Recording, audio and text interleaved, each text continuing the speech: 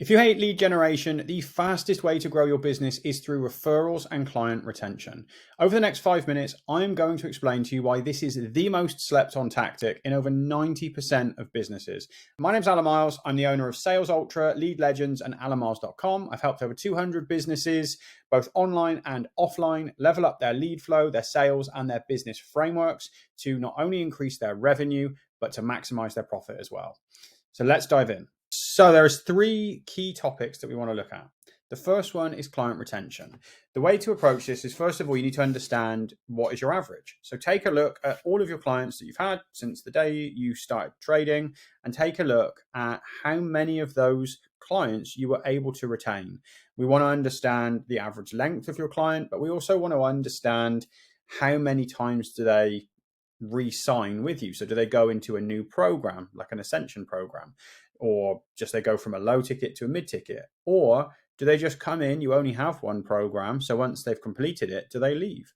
We want to understand these bits of information so that as we implement the strategy, you're able to actually compare it to some kind of control data, and that's going to allow you to actually identify the growth.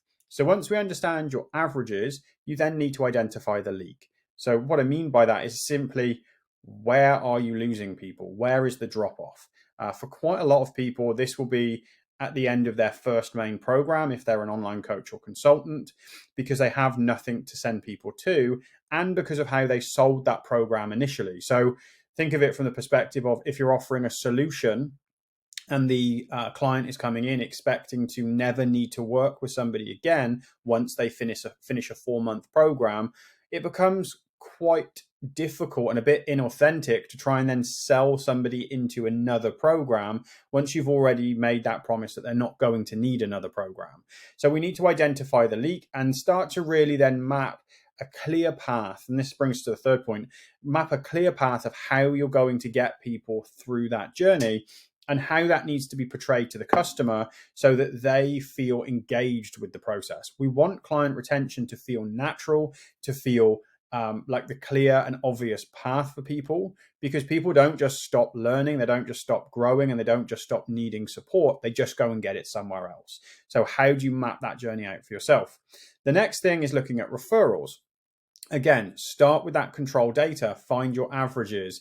On average, how many people get referred to you per client? So what are the traits of somebody who is a good referrer? Like, start to understand a bit around that and plot some data. We dive into the data in more depth in the free training that we have on offer. So just drop a comment below if you want this and I'll send it over. Then we want to create that clear process. We want to have some of your referral asks as automated so that they happen as an absolute skeleton service. And then we want to have some clear criteria of when we do manual asks. So that's you or a coach or a member of your team reaching out, speaking to somebody, and then making those manual asks for the referrals. We want to have a bit of both in there so that we're able to keep it as a human thing. But we know that worst case scenario, we're always going to get at least a minimum amount of asks. And then we want to really focus on the culture. Referrals, I see in a lot of businesses that don't have them. Like, the referral comes down to a lack of culture. They feel like they are begging for business, which is completely wrong when it comes to the culture around referrals. We want to share with the people we care about things that are good in our life.